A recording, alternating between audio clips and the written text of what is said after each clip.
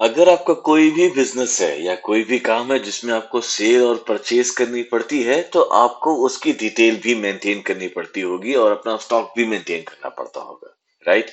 अगर आप उसके लिए कोई फ्री सॉफ्टवेयर ढूंढ रहे हैं एक्सेल में तो आप सही जगह आए हैं।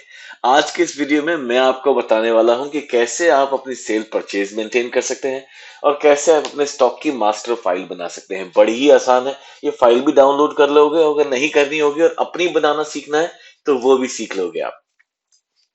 तो स्वागत है आपका माई ई लेसन में, जिसमें कि आज मैं आपको सिखाने वाला हूं कि सेल परचेज कैसे मेंटेन करते हैं हम लोग अपने किसी बिजनेस की, और उसकी मास्टर शीट जिसमें कि हमारे पास कितने आइटम है, उसकी कितनी क्वांटिटी है और उसमें कब रीऑर्डर करना है, ये ऑटोमेटिकली लिखा आ जाए। ये सारी चीजें सीखने वाले, ठीक है। तो ये देखिए, मैंने ये बना रखा है एक सिंपल सा एक्सेल में सॉफ्टवेयर, जिसमें कि आप तारीख डाल सकते हैं, प्रोडक्ट का नाम डाल सकते हैं, कितनी क्वांटिटी उस दिन खरीदी ये डाल सकते हैं, कितनी बेची उस दिन डाल सकते हैं। और आप इसमें आईडी, प्रोडक्ट आईडी डालनी है तो एक कॉलम ऐड करके प्रोडक्ट आईडी डाल दीजिए, डिस्क्रिप्शन डालना है एक कॉलम ऐड करके डिस्क्रिप्शन डाल दीजिए, प्राइस वगैरह डालना तो एक कॉलम ऐड करके प्राइस डाल दीजिए। वो सारा कुछ करा जा सकता है, पूरा कस्टमाइजेबल है, बहुत ही आसान है। मैंने तो सिंपल स्टॉक मेंटेनेंस के ऊपर ध्यान दिया है, बाकी आप प्रोडक्ट आईडी, प्रोडक्ट प्राइस वगैरह सब, डिस्क्रिप्शन सब डाल सकते हैं। एसयू के नंबर क्या भी बोलते हैं आप लोग। तो ये देखिए, यहाँ पे मैं जो भी प्रोडक्ट डालूंगा, उस मान लीजिए किसी एक तारीख को मैंने, एक तारीख को एप्पल खरीदे तो मैंने 23 एप्पल खरीदे, मैंने यहाँ पे लिख दिए। एक तारीख को मैंने 20 एप्पल बेचे, यहाँ पे लिख दिए। चाहूँ तो मैं इधर भी लिख सकता हूँ। तो जो जो आप बाय एंड सेल कर रहे हैं वो आप यहाँ पे डालेंगे और वो ऑटोमेटिकली इस मास्टर शीट में आता जाएगा। इस मास्टर शीट में देखिए क्या है, प्रोडक्ट की आईडी है, ओपनिंग बैलेंस ये आपने लिखना है कि भाई जब आपने शुरू करा था तो कितना ओपनिंग बैलेंस था, 500 था, 200 था, जीरो था, वो भी लिख सकते हो। और आप यहाँ पे लिख दीजिए इस कॉलम में रीऑर्डर लेवल आपका, कि भाई इतनी मिनिमम क्वांटिटी हो जाए मेरे पास तो मैं उसको रीऑर्डर कर दूं, राइट। और फिर जितनी आपकी न्यू परचेजेस हैं वो ऑटोमेटिकली यहां से अपने आप आ जाएंगी, सारी न्यू परचेजेस यहां डलती जाएंगी, ठीक है। और न्यू सेल्स जो है वो भी अपने आप यहां से आएंगी, दोनों शीट्स कनेक्टेड है। और नई क्वांटिटी आपके पास अभी कितनी स्टॉक में है ये भी यहाँ पे अपने आप आपके सेल और परचेज के हिसाब से आ जाएगा। और अगर कोई क्वांटिटी को हमने रीऑर्डर करना है तो ऑटोमेटिकली सिस्टम आपको बता देगा कि उसको रीऑर्डर करने का टाइम आ गया है। तो ये सब कैसे होता है, आइए मैं आपको सिखाता हूं। पहले आपको एग्जाम्पल दिखा दूं। ये देखिए, अब यहाँ पे एप्पल लिखा है, ओपनिंग बैलेंस, या पेस्ट्री देखते हैं। ये पेस्ट्री लिखा है, यहाँ पे ओपनिंग बैलेंस 100 है, रीऑर्डर लेवल 50 का है, यानी कि अगर ये 50 की क्वांटिटी हमारे पास बच जाए तो तुरंत रीऑर्डर का हमने इसको कराना चाहिए। और न्यू परचेजेस हमारी अभी तक 100 हुई है, वो न्यू सेल्स डेट से हुई है। अभी हमारे पास 50 की क्वांटिटी बची है। और यहीं पे देखिए, ये हमारी है सेल परचेज शीट। यहीं पे देखिए मैं पेस्ट्री है, अब यहाँ पे एक नया आइटम डालता हूँ। ये मैंने पेस्ट्री लिख बर्गर लिखा था, इसको डिलीट कर देता हूँ। पेस्ट्री यहाँ लिखा, तारीख लिखना है तारीख लिख दीजिए, आपको सीरियल नंबर लिखना है सीरियल नंबर लिख दीजिए, आपके ऊपर है जो आपके मन में आए। ठीक है, मैं आज की तारीख डाल देता हूँ। और यहाँ पे देखिए बाय दिख रहा है, सेल दिख रहा है। मैं कहता हूँ कि मैंने 10 क्वांटिटी पेस्ट्रीज की सुबह सुबह और बेच दी। ठीक है, एंटर दबा दिया। मास्टर शीट में चलते हैं तो देखिए, यहाँ पे जो सेल थी वो 10 से बढ़ गई, क्वांटिटी जो थी वो 10 से घट गई, और यहाँ लिखा आ गया री ऑर्डर नाउ, कि भाई आपकी क्वांटिटी जो है वो 50 से नीचे चली गई है। वैसे ही अब देखिए, मैं पेस्ट्री में ही नए आइटम खरीद भी लेता हूँ। पेस्ट्री, ओके, सॉरी, और आज की तारीख में ही खरीद लेते हैं। और मैं 50 पीस नए खरीद लेता हूँ, या 25 पीस नए खरीद लेता हूँ। और मास्टर शीट में देखिए, री ऑर्डर नाउ पेस्ट्री के आगे लिखा था वो हट गया, नई क्वांटिटी हमारे पास 65 आ गई। है ना आसान। अब ये कैसे बनाना है ये मैं आपको बताता हूँ। और अगर आप यही शीट डाउनलोड कर रहे हैं तो आप मेरे वेबसाइट myelesson.org से इसको डाउनलोड कर सकते हैं। शीट वीडियो के डिस्क्रिप्शन में भी ये लिंक दिया हुआ है। अगर आप अपने फोन में भी देख रहे हैं तो डिस्क्रिप्शन के लिए आपको टाइटल के नीचे ड्रॉप डाउन एरो दिखता है, उस पर क्लिक कर दीजिएगा तो आपको डिस्क्रिप्शन दिख जाएगा। और आप हमारा चैनल सब्सक्राइब करना ना भूलें और लाइक करें जरूर इस वीडियो को और दोस्तों को भी बताएं। यहाँ पे देखिए मैंने हर शीट में अलग अलग ऑप्शंस दे रखे हैं। यहाँ पे क्लिक करने पे मैं होम चला गया। होम पे आप सेल परचेज में जाना चाहें, मास्टर शीट में जाना चाहें, यहाँ से मास्टर शीट में जाना चाहें, यहाँ से सेल परचेज में जाना चाहें, कहीं भी जा सकते हैं। पूरी शीट मैंने लिंक कर रखी है, ये सब मैं आपको बताने वाला हूँ। तो देखिए सबसे पहले आपको अगर अपनी खुद की मास्टर स्टॉक मेंटेन सॉफ्टवेयर बनाना है एक्सेल में, तो पहले में आपको हेडर बनाने पड़ेंगे। सबसे जो इंपॉर्टेंट हेडर है वो डेट या सीरियल नंबर के होंगे या प्रोडक्ट आईडी के होंगे। मैंने डेट लिया है, उसके बाद प्रोडक्ट का नाम, बाय और सेल। ठीक है। फिर यहाँ पे मास्टर शीट का हिस्सा मैंने बनाना स्टार्ट करा कि भाई प्रोडक्ट का नाम भी चाहिए, ओपनिंग बैलेंस चाहिए, कितने पे रीऑर्डर करना है वो आना चाहिए, न्यू परचेजेस कितनी हुई यहाँ आए, न्यू सेल्स कितनी हुई वो यहाँ आए, न्यू क्वांटिटी अभी कितनी है हमारी यहाँ आए, और रीऑर्डर करना है कि नहीं ऑटोमेटिक वो चीजें यहाँ लिखी आ जाए। ये जो आप देख रहे हो ना, ये मैं आपको मास्टर शीट का हिस्सा बता रहा हूँ। और ये जो देख रहे हो ये सेल परचेज का हिस्सा बता। ठीक है। तो सबसे पहले हम हमारी शीट में चलते हैं और यहाँ पे जो सेल परचेज का हिस्सा है ये बड़ा ही आसान है। देखिए मैं क्या करने वाला हूँ, इसको जरा फॉन्ट साइज बड़ा कर दूंगा ताकि आपको ये बड़े में दिखे ऐसे। नाउ अब ये तो बड़ा आसान है। यहाँ पे तो हमें एंट्री करनी होगी बस कि भाई आज की तारीख डालिए, आपने क्या प्रोडक्ट पे काम कर रहे हैं। हम मान लीजिए हम एप्पल पे काम कर रहे हैं। एप्पल कितने खरीदे आज हमने, 50 खरीदे और आज 20 बेच दिए। आप एक ही तारीख की एक ही दिन में एंट्री कर सकते हो। अब मैंने फिर मान लीजिए यहाँ पे एंट्री करी, यहाँ पे बनाना की एंट्री करी और बनाना मैंने 100 खरीदे और 50 बेच दिए। ठीक है। फिर मैंने वापस से एप्पल खरीदे, फिर वापस से एप्पल की सेल करी, सॉरी। ठीक है। और 10 किलो एप्पल बेच दिए मैंने। ऐसे में यदि एंट्री कर सकता हूं मैं। आप चाहें तो इसको भी ओवरराइट कर सकते हैं, मैं तो सजेस्ट करता हूं नई एंट्री करें आप। ठीक है। ये तो बहुत आसान है। ये करने के बाद मैंने इसको बस सेलेक्ट करा ऐसे, और देखो यहाँ पे फॉर्मेट एज टेबल लिखा है होम में। ये एक्सेल की सारी वर्जन्स में होता है, 2003 के ऊपर वाली जो है। और यहाँ पे मैंने इसको एक डिजाइन दे दिया, माय टेबल एज हेडर्स। हाँ जी हेडर है मेरे, डेट प्रोडक्ट बाय सेल लिखा है। तो ये टेबल बन गया। अब क्या होगा, आप जैसी नई नई एंट्री यहाँ पे करते जाओगे वो ऑटोमेटिकली इस टेबल में डलती जाएंगी और वो फिर यहाँ पे भी जुड़ती जाएंगी। ठीक है। वो बड़ा जरूरी है करना। अगर आप ये टेबल नहीं करेंगे तो ये फॉर्मूला आपका फेल हो जाना है। ठीक है। ये ऐसे यहाँ पे तो हमने एंट्री करनी है, बड़ा आसान है। सबसे पहला काम जो करना है वो आपने करना है कि भाई यहाँ पे अपने प्रोडक्ट की एक बेसिक मास्टर शीट बना देनी है। उसमें क्या डालना है आपने, प्रोडक्ट का नाम, जैसे एप्पल, बनाना, आप जो भी बेचते हैं वो आप लिख सकते हैं। ठीक है। बर्गर, टी,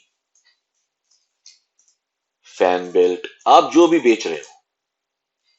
मैं तो दुनिया भर के एग्जांपल दे रहा हूं आपको। आप अगर मान लीजिए शर्ट्स बेचते हैं तो शर्ट्स लिख दिया आपने यहाँ पे। पर एक बार आपको ये प्रोडक्ट यहाँ पे जरूर लिखने पड़ेंगे अपने। ठीक है। मास्टर शीट में। और ओपनिंग बैलेंस कितना है आपके पास, ओपनिंग बैलेंस है तो कुछ ठीक है, नहीं तो जीरो लिख दीजिए जी, ये जी मेरे पास जीरो ओपनिंग बैलेंस है। बनाना में मेरे पास 120 बनाना थे, बर्गर एक भी नहीं था। ठीक है। टी भाई मैंने अभी जीरो थी मेरे पास टी। फैन बेल्ट मेरे पास 100 पड़ी है। शर्ट्स मेरे पास 200 पड़ी है।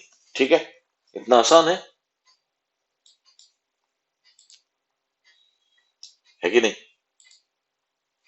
और भाई रीऑर्डर जब कराना हो तो कितना मेरे पास क्वांटिटी बची हो उस पर रीऑर्डर होना चाहिए। ठीक है। तो वो हम मेंशन कर सकते हैं। इससे क्या होगा कि ऑटोमेटिकली आपको एक्सेल से नोटिफिकेशन आ जाएगी कि भाई आपको रीऑर्डर करना है। तो एप्पल जब मेरे पास ना 20 बचे हो तब ऑर्डर करना है, 20 किलो हो। और बनाना जब मेरे पास 20, ये भी 20 हो। बर्गर में मेरे को कोई नोटिफिकेशन नहीं चाहिए। ठीक है। तो मैं जीरो छोड़ रहा हूँ। टी में भी कोई नोटिफिकेशन नहीं चाहिए। फैन बेल्ट में कहता हूँ 25 बची हो तो नोटिफिकेशन आ जाए। शर्ट्स में मेरे पास 50 बची हो तो नोटिफिकेशन आ जाए। ऑलराइट, यहां तक आ गए हम। अब हम आगे new purchase, new sales, new quantity. अब न्यू परचेज में यहां पे मैं एक इंपॉर्टेंट फॉर्मूला डालने वाला हूं। न्यू परचेज में क्या फॉर्मूला डालेगा कि हम सबसे पहले इसको टेबल में कन्वर्ट कर देंगे। ये भी मेरा एक टेबल बन गया, ये जरूरी है करना। अब न्यू परचेजेस में क्या होगा कि मैं एक फॉर्मूला लगाऊंगा, is equal to sum if, और रेंज में मैं सेलेक्ट करूंगा ये प्रोडक्ट वाली रेंज।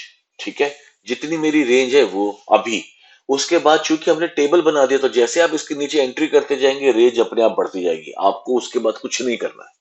ऑलराइट, कॉमा, क्राइटेरिया क्या है मेरा, ये जो यहाँ पे प्रोडक्ट लिखा हुआ है ये, कॉमा, सम रेंज क्या है, ये जहां पे मैं, क्योंकि न्यू परचेजेस टोटल कर रहा हूं तो मैं इतना हिस्सा सेलेक्ट कर लूंगा, ब्रैकेट क्लोज कर दूंगा। ये देखिए, अब जैसे ही मैंने ये डाला, इसने ऑटोमेटिकली बनाना के लिए, बर्गर के लिए, टी के लिए, सब में ये फॉर्मूला डाल दिया। ये फायदा है टेबल बनाने का, इसलिए कह रहा हूं टेबल बनाना बहुत जरूरी है हमारे लिए। ठीक है, तो हमने टेबल बना लिया। मैं जरा से ना इसकी विड्थ ज्यादा कर देता हूं इस कॉलम की, और इसको ना मैं रैप टेक्स्ट कर दूंगा, ताकि मैं इसको छोटा करूँ ना तो ये ऐसे आ जाए। हाँ, ये देखो, ऐसे कर देते हैं इसको जरा सा, ताकि थोड़ा ज्यादा दिख जाएगा एक बार में, बाद में हम रीसेट कर देंगे इसको।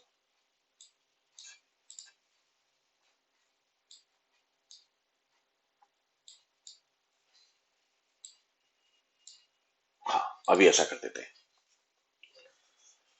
अब ऐसे ही मैं न्यू सेल्स के लिए डालूंगा। अब मेरे साथ कीजिएगा सम इफ, अगर ये टफ लग रहा है तो वीडियो को रिवाइंड करके देखते रहिएगा, आपको आ जाएगा।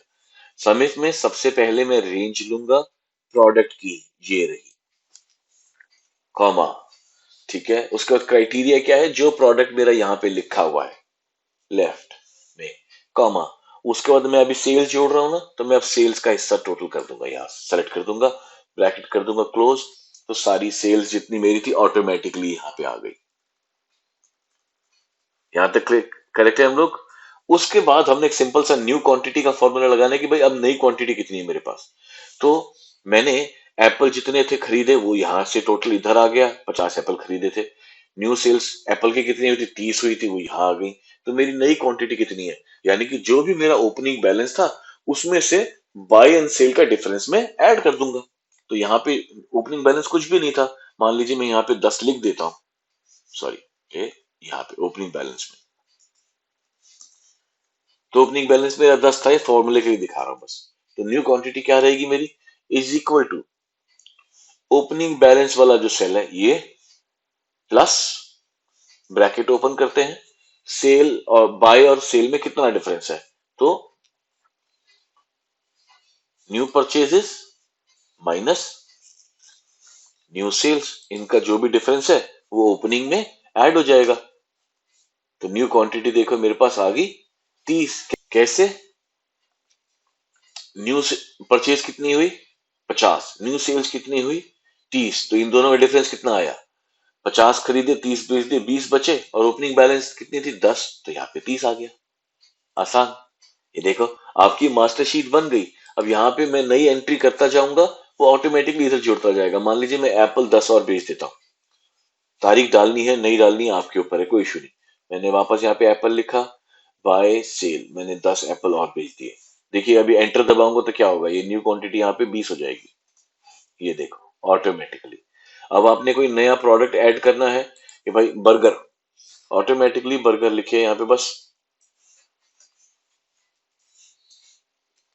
कितने खरीदे बर्गर आपने, मान लीजिए कि भाई आपने 25 बर्गर सुबह खरीद के लेके आए, तो ये देखो यहाँ पे न्यू परचेजेस में बर्गर में ऑटोमेटिकली आ गया 25, और क्वांटिटी भी आ गई 25। और पूरे दिन में आपने मान लीजिए या सुबह सुबह या 25 खरीद के लेके आए, 20 बेच दिया आपने, तो देखो न्यू सेल्स में यहाँ पे 20 आ गया, कितनी क्वांटिटी बची, 5। है ना बेहतर। तो ऐसे ही जो भी हमने यहाँ पे लिखा है वो यहाँ पे हम लिख सकते हैं, वो ऑटोमेटिकली फॉर्मूले में आ जाएगा। कोई नया प्रोडक्ट जोड़ते हैं, मान लीजिए कि अब आपने इसके साथ साथ बिस्किट्स बेचने स्टार्ट कर दिए, कुकीज, पिज्जा, कुछ भी, मैंने पिज्जा लिख दिया। सुबह सुबह का टाइम है, भूख लग रही है, तो ये चीजें याद आती है। तो यहाँ पे उसकी सेल परचेज ऐड करने से पहले आपको एक बार उसको मास्टर शीट में लिखना पड़ेगा ऐसे। बस आपने पिज्जा लिखा, बाकी फॉर्मूलाज अपने आप आ जाएंगे। भाई आप कहते हो कि आपके पास अभी ओपनिंग बैलेंस 0 है इसका, बस खत्म कहानी। अब यहाँ पे आप पिज्जा लेके आए, अगर आपके पास ओपनिंग बैलेंस 0 है, यानी कि आपने खरीदना है पिज्जा, तो आप 5 पिज्जा खरीद के ले आए, या बना दिए हैं आपने, जो भी करा है, वो इधर आ गए। बस फिर उसकी सेल्स यहाँ पे आपने 2 कर दी, तो देखो न्यू परचेजेस में 5 आ गया, न्यू सेल्स में 2 आ गए, क्वांटिटी 3 आ गई। अब बनाते हैं रीऑर्डर लेवल। तो रीऑर्डर लेवल में हम क्या करेंगे कि हम लगाएंगे इफ का फॉर्मूला। इफ हमारी जो नई क्वांटिटी है ये रीऑर्डर लेवल से कम है, तो यहाँ पे लिखा आ जाए रीऑर्डर। ठीक है, तो हम लगाएंगे if formula. If new quantity is less than और इक्वल टू रीऑर्डर लेवल, तो अगर ये बात सही है कि क्वांटिटी कम है या उसके बराबर है रीऑर्डर लेवल के, तो लिखा आ जाए रीऑर्डर नाउ। और अगर आपने रीऑर्डर नहीं करना है क्योंकि आपकी क्वांटिटी बराबर है, तो आप एक कॉमा लगाएंगे और यहाँ पे 2 कोट्स के निशान लगाएंगे, ब्रैकेट कर देंगे क्लोज, एंटर दबा देंगे। ये देखिए, जहां जहां पे रीऑर्डर करना है इसने अपने आप आपको दिखा दिया कि इसका रीऑर्डर करना है। तो अब मान लीजिए कि मेरे को यहाँ पे मैं फैन बेल की जो मेरी मिनिमम रीऑर्डर क्वांटिटी है इसको मैं कर देता हूँ 50 या 125। तो देखिए तुरंत यहाँ पे रीऑर्डर लिखा आ गया। तो बन गई ना, देखो हमारी शीट कितनी आसानी से। तो अब हमने क्या करना है कि यूजुअली हमें अपनी जो बाय और सेल का डेटा है और जो मास्टर शीट है इसे अलग अलग रखना चाहिए। तो मैं इसको यहां से सेलेक्ट करूंगा, राइट क्लिक करूंगा और कट कर दूंगा यहां से, और अगली शीट में जाके इसको यहां पे पेस्ट कर दूंगा। ठीक है, अब मैं इसकी ये विड्थ यहां से बढ़ा दूंगा। ये देखिए,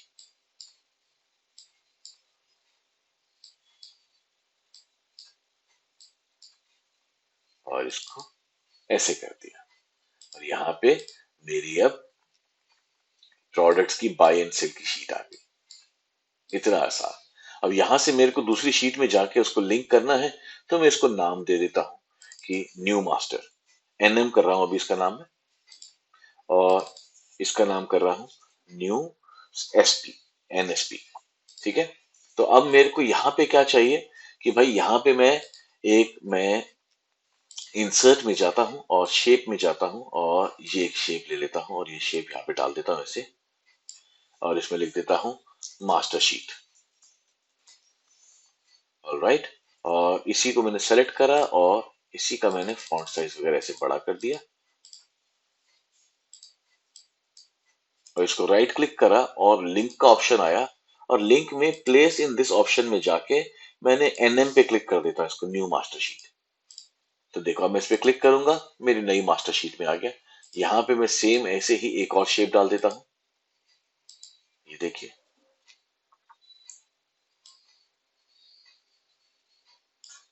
और इसमें लिख देता हूं सेल परचेज। इसको सेलेक्ट करके इसका फॉन्ट साइज बड़ा कर देते हैं।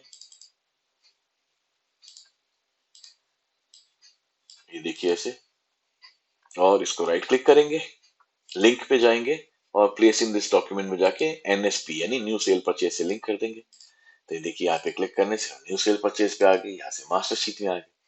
है ना आसान। तो अगर ये आपको वीडियो पसंद आया हो तो जरूर लाइक कीजिए, शेयर कीजिए, अपने दोस्तों को बताएं। फाइल डाउनलोड करने के लिए ड्रॉप डाउन के लिंक में जाएं और अगला वीडियो का इंतजार करें। तब तक के लिए this is your Guru now signing off for the day. Have a wonderful day ahead. Happy learning.